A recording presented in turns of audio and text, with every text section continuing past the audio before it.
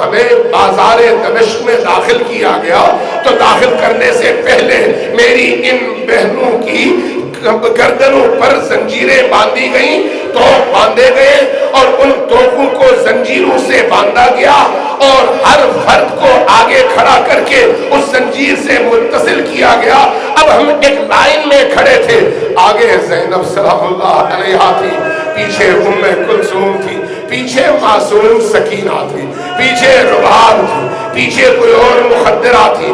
ہوتے ہوتے یہ قافلہ ایک لائن کی شکل میں گردن پہ بندھی ہوئی زنجیروں کے ذریعے سے اس لائن میں آگے بڑھتا چلا جا رہا تھا۔ لیکن منظر ایسا تھا کہ جب ہمیں بازار میں داخل کیا گیا تو چاروں طرف سے حملے ہوئے، پتھر برسائے گئے۔ اس اسنا میں زینب رو رہی تھی، زینب کے آنسو بہ رہے تھے۔ ایک دفعہ زینب نے شمر کو پکارا، شمر جو کچھ کر رہے ہو ذرا دیکھو، ان سروں کو ہم سے ذرا دور لے جاؤ۔ کہا کیوں؟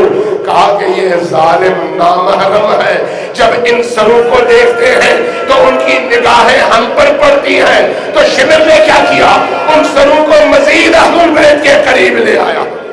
اب امام سجاد فرماتے ہیں کہ جب ان بیبیوں کو آگے لے جایا گیا تو منظر ایسا تھا کہ تھوڑا سا آگے جب ہم گئے تو آگے ہجوم کی وجہ سے خواتین آگے نہ جا سکی۔ جب نہ جا سکی تو اب شمر اور اس کے لشکریوں نے نیزے کی انیاں چبونی شروع کر دی۔ اب جب پہلی خاتون ذرا تیز چلی اور آگے بڑھی تو زنجیر تن گئی۔ جب زنجیر تن گئی تو وہ جو معصوم بچے زنجیروں سے بندھے ہوئے تھے وہ ہوا میں معلق ہو گئے۔ اس منظر کے ساتھ اہل البیت کو اور زینب کبریٰ کو بازار کوفہ و شام میں داخل کیا گیا۔ آئے زینب، اس لیے کہا کہ السلام علیکہ یا حجاب زینب، اے زینب کے حجاب عباس، اگر آپ ہوتے تو زینب کو یہ مظالم نہ دیکھنے پڑتے۔ تیسرا جملہ فرمایا، تیسرا جملہ بڑا عجیب ہے، فرمایا السلام علیکہ یا ساق السکینہ، اے سکینہ کے ساقی عباس، آپ پر میرا سلام ہو۔ سکینہ کے ساقی کا مطلب کیا ہے؟ عصر عاشور تک جب تک عباس زندہ تھے خیموں میں العطش العطش کی آوازیں تھیں، بچے پیاسے تھے، صبح سے پانی نہیں ملا تھا۔ اس کیفیت میں، پیاس کی شدت میں جب ان بچوں کی العطش کی آوازیں نہ تھمی تو حسین ابن علی نے عباس کو بلایا اور فرمایا بھائی عباس لڑو مت، جا کر پانی لے کے آنا۔ عباس جب پانی لینے نکلے تو سکینہ، معصوم سکینہ دوڑ دوڑ کر ہر خیمے میں گئی۔ جس خیمے میں کوئی چھوٹی بچی تھی اس کو بلایا، کہا کہ بچوں آؤ میرے چچا پانی لینے جا رہے ہیں، اب تمہاری پیاس بجھنے والی ہے۔ سب کو اپنے خیمے میں جمع کیا، سب کے ہاتھوں میں چھوٹے چھوٹے کٹورے تھے۔ اب بچوں کی زبانوں پر العطش کی دھیمی دھیمی آواز تھی۔ اس اسنا میں تھوڑا سا ٹائم گزرا، ایک دفعہ فرات کے کنارے سے ایک آواز ابھری، یا اخا ادرک اخا، اے بھیا حسین آئیے مجھے اٹھائیے، اب میں بھی جا رہا ہوں۔ یہ آواز خیمے تک کیا پہنچی؟ اب خیمے میں کوہرام برپا ہوا اور معصوم سکینہ کے ہاتھ میں کٹورا نہ رہا، بچوں کے ہاتھ میں کٹورا نہ رہا۔ اب بچوں کے لبوں پر العطش کی آواز نہیں تھی، سب پکار رہے تھے واہ عباسا، واہ عباسا، واہ عباسا۔ یہی معصوم سکینہ ہے، یہی معصوم سکینہ ہے۔ چچا شہید ہو گئے، بھائی شہید ہو گئے، بابا شہید ہو گئے، شام غریبہ کا وقت آ گیا۔ اب شام غریبہ میں راوی کہتا ہے، مسلم راوی ہے وہ حمید ابن مسلم کہتا ہے کہ میں نے ایک عجیب منظر دیکھا، خیموں میں آگ لگ گئی۔ جب خیموں میں آگ لگ گئی تو چھوٹے چھوٹے بچے صحرائے کربلا میں بکھر گئے، سب رو رہے تھے۔ اس اسنا میں میں نے دیکھا ایک اونچے قد کی خاتون ہے، رو رہی ہے، ایک خیمے میں جا رہی ہے، واپس آ رہی ہے، پھر اندر جا رہی ہے۔ میں نے پوچھا یہ بی بی کون ہے جو بھاگ نہیں رہی؟ جواب ملا یہ علی کی بیٹی زینب ہے۔ میں نے پوچھا بھاگ کیوں نہیں دے رہی؟ جواب ملا کہ اندر خیمے میں سید الساجدین غشی کی کیفیت میں ہے، چھوڑ کے جا نہیں سکتی، اٹھا بھی نہیں سکتی۔ پھر کہتا ہے میں نے اچانک دیکھا چند خواتین نے مل کر سید الساجدین کو سہارا دیا، باہر لے آئے۔ جب جیسے ہی یہ خواتین باہر آئیں اس خیمے تک بھی آگ پہنچ گئی اور خیمہ جل گیا۔ پھر حمید کہتا ہے میری نظر ایک چھوٹی سی بچی پر پڑی، میں نے دیکھا اس کے دامن پر آگ لگی ہوئی ہے۔ میں نے جب اس بچی کو دیکھا تو پریشان ہوا، میں بھاگ کر گیا، بچی کو روکا۔ جب بچی کو میں نے روکا، اس کے دامن کی آگ بجھائی تو بچی نے مجھے نگاہوں میں دیکھ کر نگاہوں سے ایک سوال پوچھ لیا کہ کربلا میں اب تک جتنے بھی لوگ آئے تھے سارے مارنے والے تھے، سارے لوٹنے والے تھے، تم پہلے شخص ہو جو ہماری آگ بجھا رہا ہے۔ کہتا ہے میں نے پوچھا بیٹی تم کون ہو، معصوم ہو، کون ہو؟ جواب ملا میں حسین کے سینے پر سونے والی معصوم سکینہ۔ جیسے ہی میں نے یہ سنا میں نے پوچھا کہ بیٹی تمہارے رخسار سیاہ ہے، تمہارے کان کی لو پھٹی ہوئی ہے، تو یہ تمہارے ساتھ یہ حال کس نے کیا؟ تمہارا سر اور کندھے زخمی ہیں۔ جواب ملا سر اور کندھے اس لیے زخمی ہیں کہ ان ظالموں نے جب ہماری چادریں اور مکھنئے چھیننے چاہے تو نیزے استعمال کیے۔ میرے کان سے خون رس رہا ہے اس لیے کہ جب ظالموں نے میرے کان کی بالیاں کھینچی تو کان کی لو پھٹ گئی اور خون رس رہا ہے۔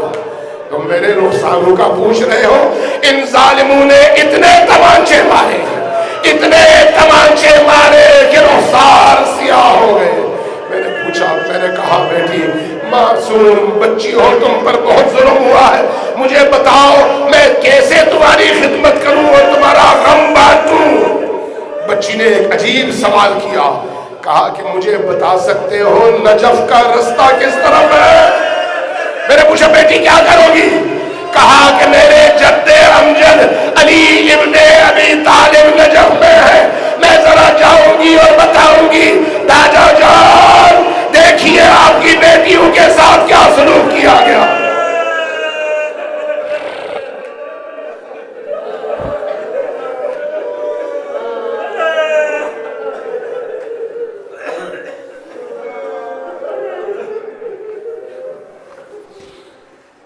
نسألك اللهم وندعو باسمك العظيم الأعظم الأعز الأجل الأكرم۔ سب مل کر اس وقت دعاؤں کے مستجاب ہونے کا وقت ہے۔ اس امام بارگاہ میں جتنے بھی لوگ جمع ہیں سب نے رو کر اپنے دلوں کو نرم کر کے اپنے آنسوں کے ذریعے سے اپنی روح کی تطہیر کی ہے۔ ایسے موقع پر ایسی مجالس میں جو دعائیں مانگی جاتی ہیں، جب ذکر حسین کی مجلس ہو تو وہ دعائیں رد نہیں ہوتی، اس لیے دل کھول کر جس کے دل میں جو تمنا، جو آرزو، جو حاجت ہے مانگیے، اللہ انشاءاللہ تعالی حسین ابن علی کے صدقے میں وہ تمام دعائیں قبول کرے گا۔ نسألك اللهم وندعو باسمك العظیم الاعظم الأعز الأجل الأكرم۔ سب مل کر 10 بار اونچی آواز سے پکاریے، یا اللہ یا اللہ یا اللہ یا اللہ یا اللہ یا اللہ یا اللہ یا اللہ یا اللہ یا اللہ یا رحمان یا رحیم یا مقلب القلوب ثبت قلوبنا علی دینک۔ بار الہ ہماری اس عزاداری کو، ہمارے ان آنسوں کو، ہمارے اس غم کو اپنی بارگاہ میں شرف قبولیت عطا فرما۔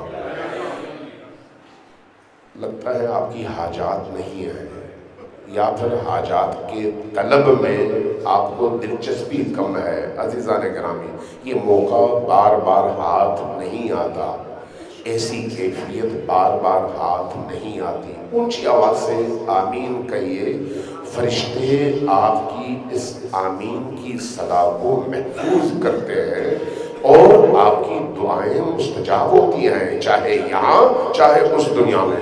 بارگاہ ہماری اس عبادت کو قبول فرما، بارگاہ ہمارے روحوں کی تطہیر فرما، بارگاہ ہمارے قلوب کو منور فرما، بارگاہ قرآن اور اہل البیت دونوں کو ہم سے راضی فرما، بارگاہ ہمیں اہل البیت کی تعلیمات کو مضبوطی سے تھامنے کی توفیق عطا فرما، بارگاہ حسین کے قلب اطہر کو ہم سے راضی فرما، بارگاہ مرنے سے پہلے توبہ کی توفیق عطا فرما، بارگاہ موت کے موقع پر علی کا دیدار نصیب فرما، بارگاہ جب مر جائیں تو قبر کی پہلی رات میں حسین کی شفاعت نصیب فرما، بارگاہ عالم برزخ میں زہرائے اطہر کی شفاعت نصیب فرما، عالم محشر میں زہرائے اطہر کا لطف و کرم ہمیں نصیب فرما، بارگاہ امام زمان کے ظہور میں تاجیل فرما،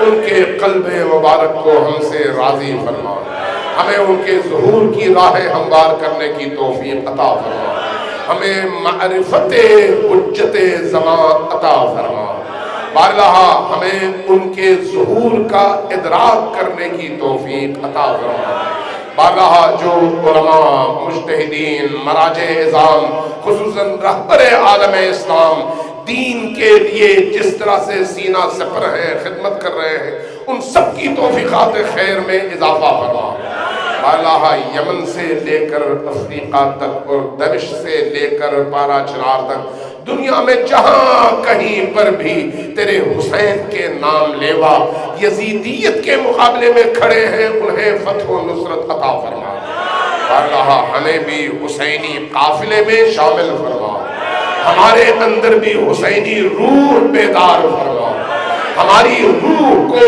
حسینی بننے کی توفیق عطا فرما، ہماری عزاداریوں کو بامقصد بنانے کی توفیق عطا فرما، ان آنسوں کو ہماری نجات کا ذریعہ قرار دے، بارگاہ جو لوگ بیمار ہیں انہیں شفائے عاجل و کامل عطا فرما، جو ہمارے عزیز دنیا سے گزر چکے ہیں اس وقت عالم برزخ میں ہیں، ان سب کے گناہوں کی مغفرت فرما، اس مجلس میں موجود تمام مؤمنین کے تمام مرحومین کو جوار رحمت میں جگہ عطا فرما، آج کی اس مجلس کا ثواب ان تمام مرحومین کو پہنچا دے، بارگاہ ہم سب کو حسینی بن کر جینے اور حسینی بن کر مرنے کی توفیق عطا فرما، بارگاہ بستر کی موت، حادثات کی موت، ناگہانی اموات، ایسی ہر موت سے ہمیں محفوظ فرما،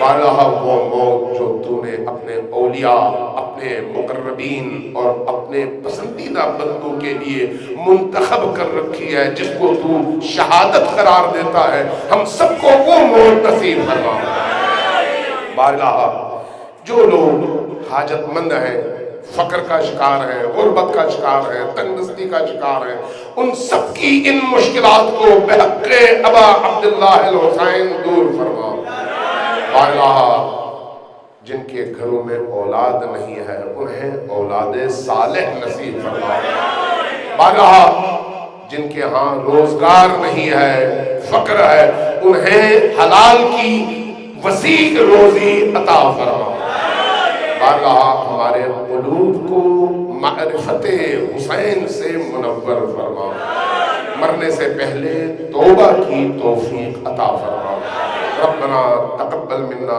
انك انت السميع العليم برحمتك يا ارحم الراحمين